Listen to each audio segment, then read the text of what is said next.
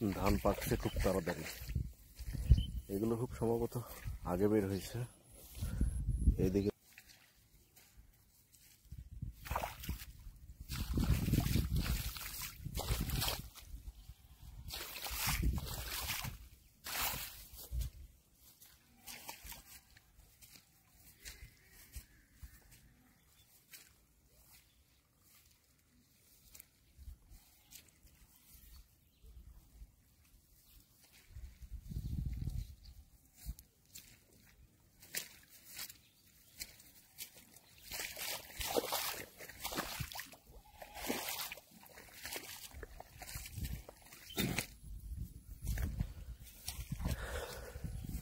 ধান পাকছে খুব তাড়াতাড়ি। এগুলো খুব সম্ভবত আগে বের হয়েছে।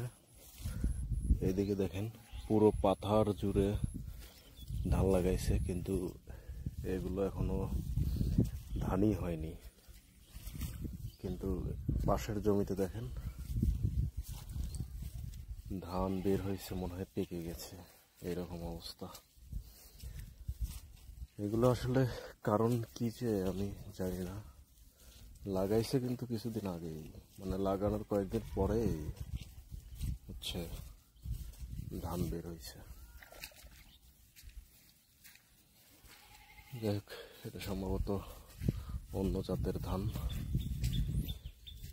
দেখেন পাখিরা দূর দূরান্ত থেকে ছুটে এসেছে, কারণ কোথাও তো ধান নেই, এখন ধান বের হয়নি। এই জমিতে ধান বের হয়েছে, তো এই জন্য পাখিরা সব আশেপাশে ঘুরঘুর করতেছে।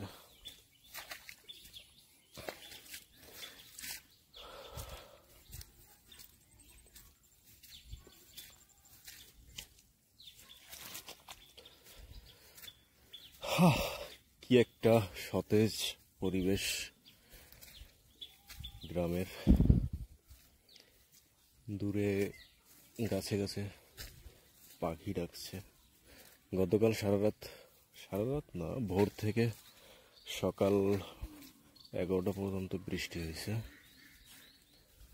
তাই প্রকৃতি একদম সতেজ হয়ে গেছে।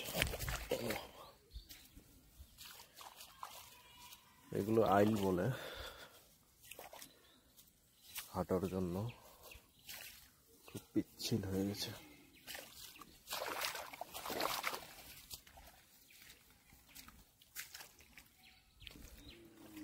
দেখেন একটা খেজুর গাছ, পাতা টাতা সব মরে শুকনো হয়ে গেছে।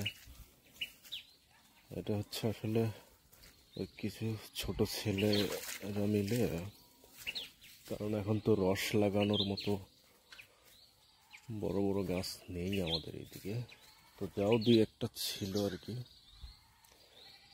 ছেলেগুলো প্রফেশনাল না, তো গাছের গলাটা কাটতে কাটতে এমন কাটছে, শেষে সুন্দর গাছটি পর্যন্ত মরে গেছে। খুব আফসোস লাগে এরকম একটা গাছ এভাবে মেরে ফেলার জন্য।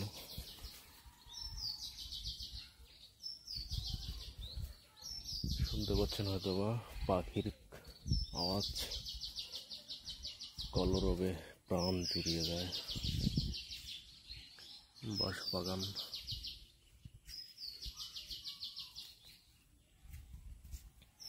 এখান থেকে আবার দেখলে এরকম দেখায়।